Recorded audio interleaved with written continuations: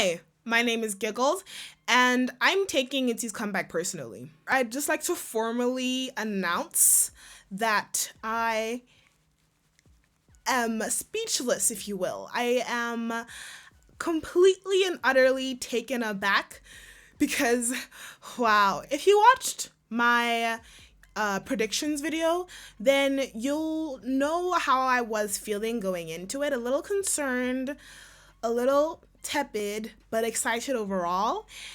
And whoa, whoa. This is my formal response to ITZY's Mafia comeback. Let's review. So, the music video. The music video is pristine. It's definitely more performance focused, which I don't mind personally because the song itself, low-key, was written to be performed. Like, it was written with the performance in mind. It wasn't written for the sake of the song, it was written for the sake of the performance. And speaking of, the performance is phenomenal. But let's focus on the music video. So I'm really happy with it, just because JYP has an issue sometimes with like CG and being overly dependent on it. Like with Twice and GOT7. So it looks like they went and they hired Stray Kids cinematographer because, whoa, like the jumping scenes, the interesting angles. Like, I freaking love Stray Kids music videos, and like especially the last two, like God's Menu and Backdoor. Like, those music videos were so visually interesting, but the actual cinematography itself was like exciting. It was really dynamic, and I loved that. And the fact that they brought that around for ITZY's comeback this time was really satisfying. And on top of all those dynamic scenes, the like when the music video opens, is like this barrel of a gun. The whole gun motif, I love that ish. I love that shit. Sorry. Moving on to the song itself. It came out a little earlier than I was expecting it to. I'm so used to K-pop songs coming out in Korea at like 5 p.m. in Korea, which is 11 a.m. here, which is, I don't know what time it is in America. I don't know. But this time they released it at midnight in America, which means obviously the song was kind of low-key, not even low-key, high-key, made with a Western audience in mind, to appeal to that Western audience. And not necessarily even Western audience, but the American audience, because that's, you make it in America, you make it everywhere else. So because of that, I listened to it before I watched the music video because I was impatient. I was at work and I was like, listen, I have to listen to this. So I listened to the first bit and I was like, okay, cool. Loving it. And then there's just after the main chorus bit, the like little in-between bit was a little underwhelming. But it's because I hadn't seen the performance. And then the second verse, also underwhelming because they repeat the flow from the first verse, which to me doesn't like, again, it doesn't work for me. It doesn't work for me. Basically, when I think of a good song, I feel like there's an A part, a B part, and then if you repeat A and B has to be different. Something has to be different when you repeat it. So it's fine if like the pre-choruses are the same, but the verses have to be different. Or if the verses are the same, the pre-choruses have to be different. Like, there has to be some sort of variation to keep an audience interested. So when the flow repeated the second time, I went, I got a little bored, and then I got back into it as the song carried on. But you forget about it once you watch the music video and once you watch the performances, because the performances are phenomenal. Again, what I was saying was that the song is meant for performance. And I watched a bit of the showcase and the press conference, and Regine was like, this comeback is about a limitless ITZY, basically, like leveling up. So I think what she said basically was, how far can they push themselves? How much can they upgrade, and how much can they, go further? And that very much is indicative of the styling choices and the performance choices. But the song did suffer a bit because it's all about the showmanship before the actual like basis of the song itself. So in that way, it's a little bit lacking, but because of the overall package, I was pretty content. I think this is obviously my favorite song of all the ITZY releases. Wanna Be will always have a special space in my heart, but I definitely enjoy this comeback way more than I did Not Shy. I did enjoy Not Shy. Not Shy was great, but this feels really good. The song is so good. I love the song. It's really like it's my complaints aside, this is a really, really good song. The song was built for like virality. Like it was meant to go viral. Like you can even see the way they've promoted it on TikTok. Like there are 3 different videos for 3 different dances. Like they're trying to get like viral. The challenge where it has to go and then boom bah transformation. Like that's clearly pandering to TikTok. Powerful tool for influencing and social media marketing. So like it's smart, but I can see it. Like I can see it was meant for TikTok. I have the same kind of critique, I guess. Well, not exactly. Remember when Bicycle came out, Chungha's Bicycle came out, and people were like, not my style. This feels very much like obviously meant for a Western audience. This is also kind of similar, but I didn't dislike Bicycle because it was like that. I loved Bicycle, and in the same vein, I also love Mafia. But you can definitely hear that it was meant for not Korean. Well, maybe not necessarily not Korean, but like it was meant for a wider international audience. I have a slight bone to pick. Why is the English title in the morning? Where in the song is there in the morning? Like who in Division 2 decided the English title would be in the morning? In the morning? What about the song is about the morning? I don't understand. Like the English lyrics are like 이제 밤이 되었습니다. It is now become night. Oh, now it's morning. Like if I translate the lyrics directly into English, yeah, but like as to why the English title of the song is in the morning when clearly the catchier title is Mafia.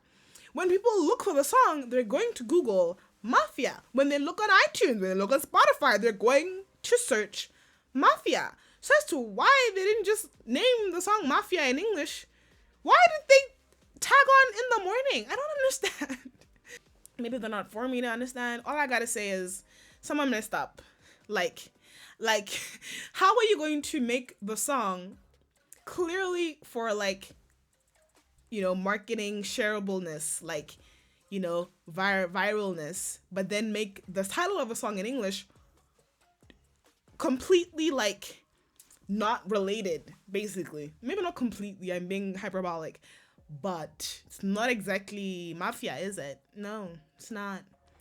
But I think my concerns about JYP producing it are reflected in the fact that like there are a lot of cliches in the song, like a lot of flow cliches, like trap kind of things that aren't necessarily innovative. Like if someone else was producing it who is a trendsetter in pop, there's a difference in how that person would approach the production versus JYP who's trying to mimic trends right now amongst Gen Z, I guess, or amongst teenagers or young adults. There's just like a bit of like clichéness to it, but it's subtle enough that I can forgive it, and because the girls perform it so well, I'm not bothered. Now, I would just like to shout out Miss Leah. That second pre-chorus, when she unloads her vocal prowess, I heard her sing and I went, yes! Because I haven't necessarily, like, I know she sings well, but I haven't necessarily gotten into the appeal of every other Michi who's like in love with her voice. I know that she's talented, like I can hear it, like she's trained and she's, she's good. But there's never been a moment where I've really felt her like stick it or like gun it, like really stick her gut into her song. Like I haven't quite felt that. It's been like, pop vocals, and pop vocals aren't always like super, raucous or like, angsty and gritty. But like that specific pre-chorus, oh wow, I commend you. Additionally, my Leah, my love, 지수야, 진짜로, like serious, I am so proud of her for like continuously improving her dancing. Like no one can say anything to her, even if like objectively, like we can all, maybe not all, I won't speak for all of us, but we can see that she is the weakest dancer of the 5 of them. But what I love the most is that she keeps sticking to it and trying her best. That's all I need from her. I watched a video the other day that was like, JYP is mistreating ITZY because they know Leah isn't a good dancer and that she struggles with choreography, yet they keep giving ITZY hard choreographies. And I say bullshit. No, if she doesn't like the choreography, then she can leave. That sounded a lot harsher than I intended it to, but listen, let me explain. ITZY needs Leah. She's an integral part of ITZY. I am OT5 through and through. However, I will not take any less from her. If she suddenly decides, it's too much pressure, people think I can't dance, I don't care. That's the only thing that matters in performance, really, is you knowing in your heart that you're meant to be there and that you will stick it. You will give it every little monicum of performance that you have. Like, that's all that matters to me. And if Leah can just continually believe in herself and like be supported by her members, she'll be fine. No one will care. People will continuously be like, oh, I don't like how she dances. But if she doesn't care, literally it won't matter. It won't matter. And I just need her. I don't want them to make it easier for her. I don't want them to baby her and be like, okay, we know that you can't dance, so we're gonna make this move a bit easier for you. Like, no. I want them to give her what will make her look the best within her skill set, but it's still pushing her as far as they can. Not to say that people should be pushed too thin. I'm aware that there are limits. We don't want to, people to burn out, but there is a level, there's an equilibrium of like working hard enough to really be the best biatch you can be versus like running yourself into the ground. And I don't think Leah's gotten there yet. I'm very happy with where she is right now. I'm enjoying her performance a lot. I just wish her stage presence connected to her music video presence, because ITZY has established themselves as performers, and if she could get out of her head and sit in her body, like, it would be over. Like, it would be done, because I feel like she has the capacity. It's like peeking out in bits and pieces. Those are my favorite kinds of performers. People who don't necessarily have the best skill or the best looks, but it's that charisma and that knowledge in your own capabilities that really makes you stand out from a crowd. When you're like you don't care that other people think the other person is hot. You're like, I'm gonna do my thing. And she already has that personality in like variety shows, and like she's so, what's the word? She's so ticky. She's so unique in her personality and the way she engages with the world. I just wish she would take those same principles, that same like motto in life, and put it in her performance. Cause like, I mean, then it wouldn't be an issue. And like, JYP knows what they're doing. They've been doing this for literally decades. I have faith. I just need, baby girl, you can do it. You can do it. Choreography. The choreography reads to me like what it means to be a girl group on par with boy groups. And I hate comparing them. But ever since Region was like, you dance well for a girl group, but I constantly in my brain am going, oh, okay, I see what your goal is, where your ambitions lie, because it feels very much like they're going, listen, I am a woman, but that does not negate my talent. Do you know what I mean? Like, that doesn't make me my art or my performance any less, relevant. And I feel like I can especially when she was speaking in the showcase, I could really feel that, like, she was going there. She was like, this time around, I know we were branded as teen crush and we were like cute and empowering or whatever, but right now we're becoming more mature and we're really here to like take the bag. And I was like, okay. She didn't actually say, obviously she didn't say that like word for word, but that's the energy I got from her. She's very secure and like, listen, I did not come here to play. The point to Unmu, everything is lovely. It's great. Like, the choreography is so dynamic is another word I'll throw in again. The formations are really like, I love when choreography really goes out of the box and like, it's not anything we haven't seen before, but it's just elevated. Like, there's something about the way that they position themselves that really, like, again, satisfies my soul and makes me really happy to be watching them. I will definitely be doing a cover at some stage when I find the time. I'm not good with timing, but I'm trying my best lately. I'm really trying my best. If you want to see me do that, look out for it. Hopefully I'll do something in that way. Styling. Now, the styling is it's good. Nah, it's good. But I'm not necessarily completely in love with it.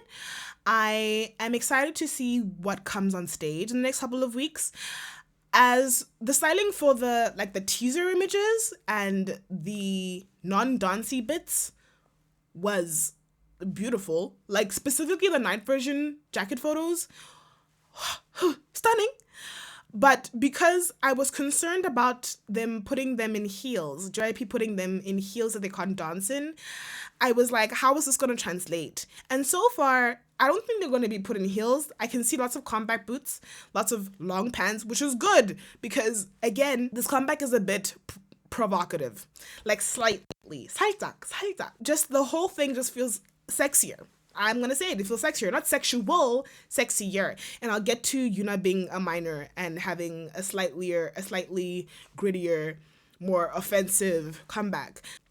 But basically, I was concerned about wearing high heels and then doing choreography with a song this hard in high heels, But it looks like they're going to be wearing flat shoes. But that also means their wardrobe choices are a little more limited. And in the music video, their wardrobe choices were great, but there's just, I don't know, it's just a little slightly mundane. Slightly. Like Dujin's pants, they're good pants, but they look like they could be joggers.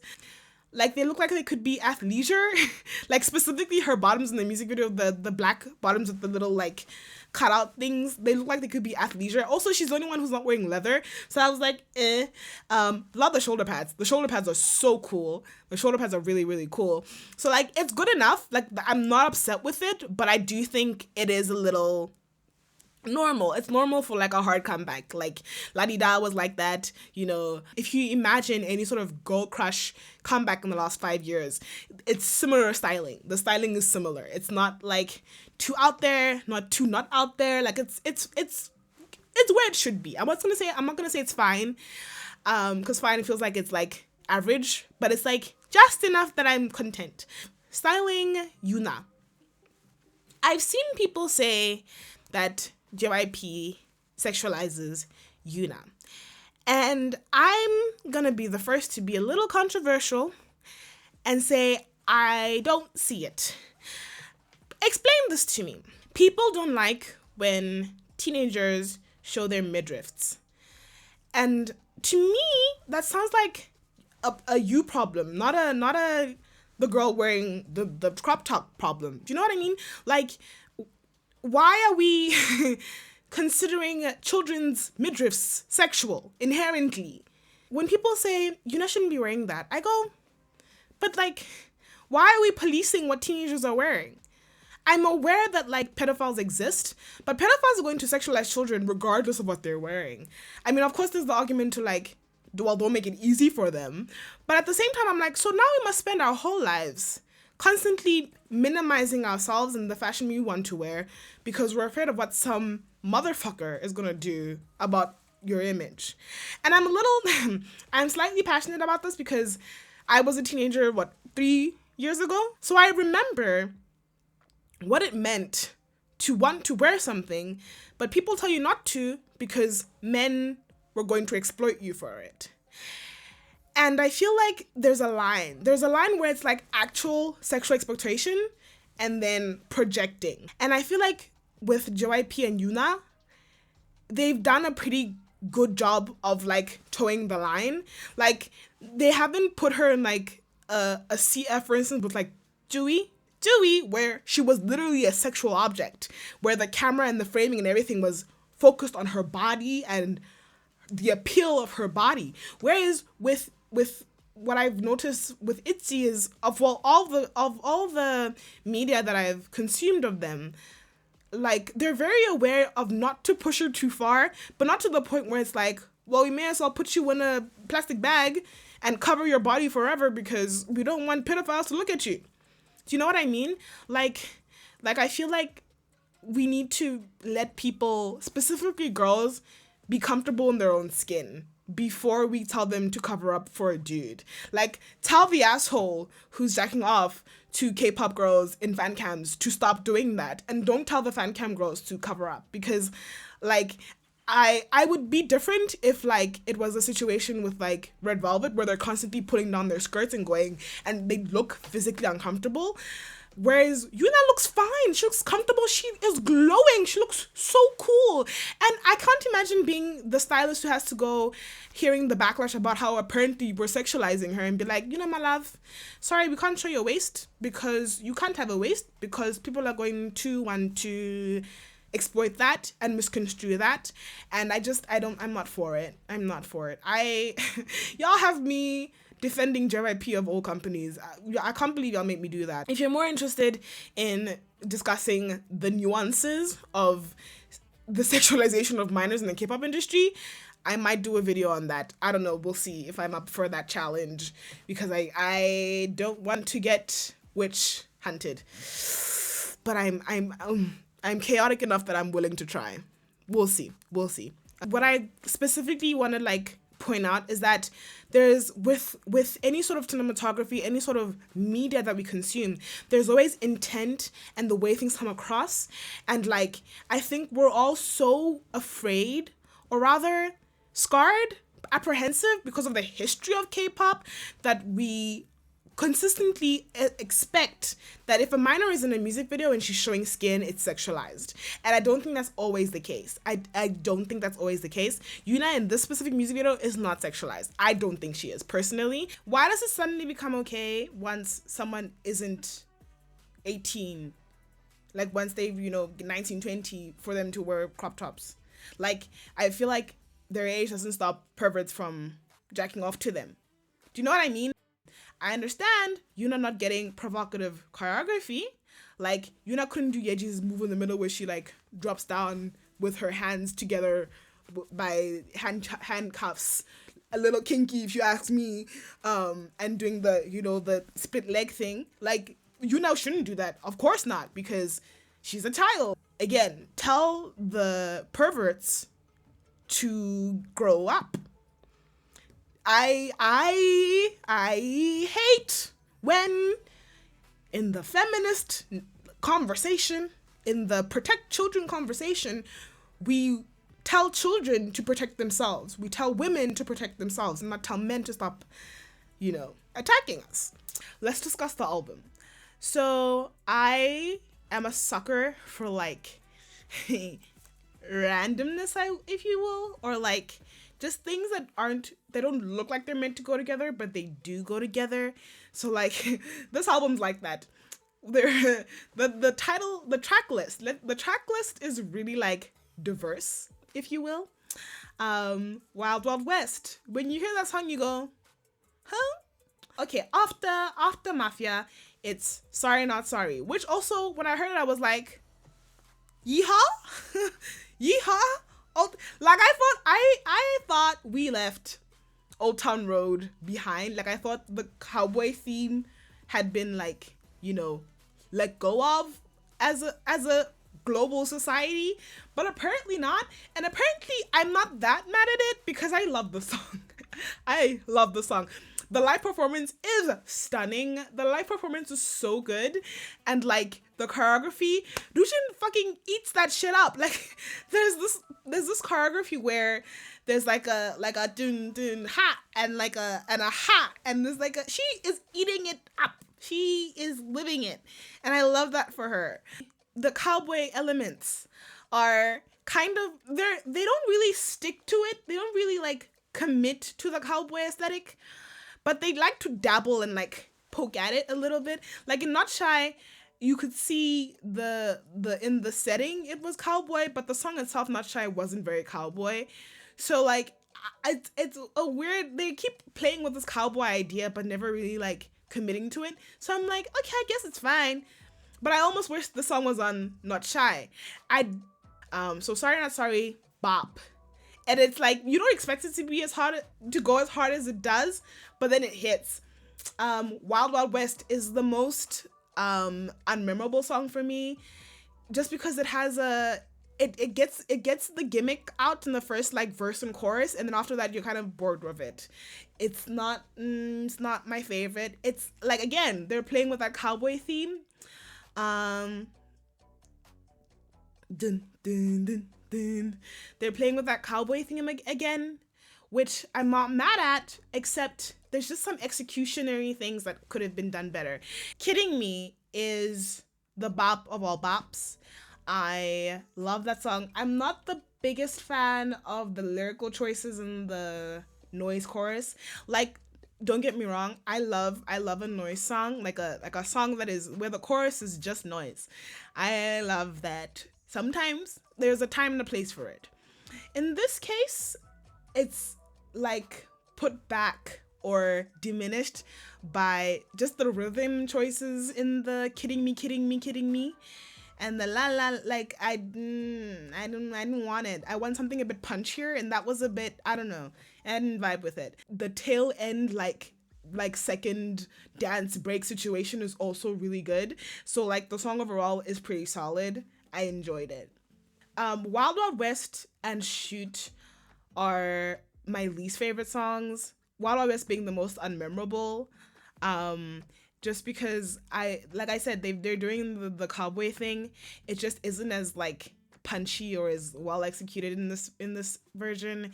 It's cute, meeny meeny miny mo. It's cute, but I'm this comeback has my expectations really high. Like, I can't take cute anymore. Like, I can't take like, oh, that's nice. I can't do that with ITZY anymore. Not after this comeback. No. So for this album specifically, one of my best. Shoot I can listen to. It's very smooth, but again, not my favorite. I'm a club banger type of girl. If you're gonna give me dance music, you need to give me the dance music. Do you know what I mean? Shoot's cute. Like, I'll listen to it, but it's not my favorite. Tennis, on the other hand, the obligatory like Mitzi song, if you will. In Wannabe, it was I like you. In Not Shy, it was be in love. Ooh, be I go each other. Na na na. Hello. And then in Guess Who, it's Tennis, but Tennis is a little cheekier, a little jazzier, just a little, like a little coy, a little yo, It's foxier, and I'm eating it up. I'm eating up Rujin's like vocal lines in this. There's like a bit somewhere where she's like really like appealing to that warmth in her voice, and I'm satisfied. Like, in Kidding Me, I am satisfied. 우리 귀염둥이들. 일단은 잘했어. 정말 잘했어. 정말 잘했거든. 진짜로 와.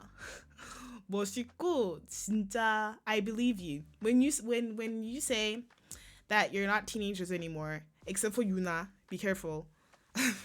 I believe you. Like, I can feel that edge in this comeback.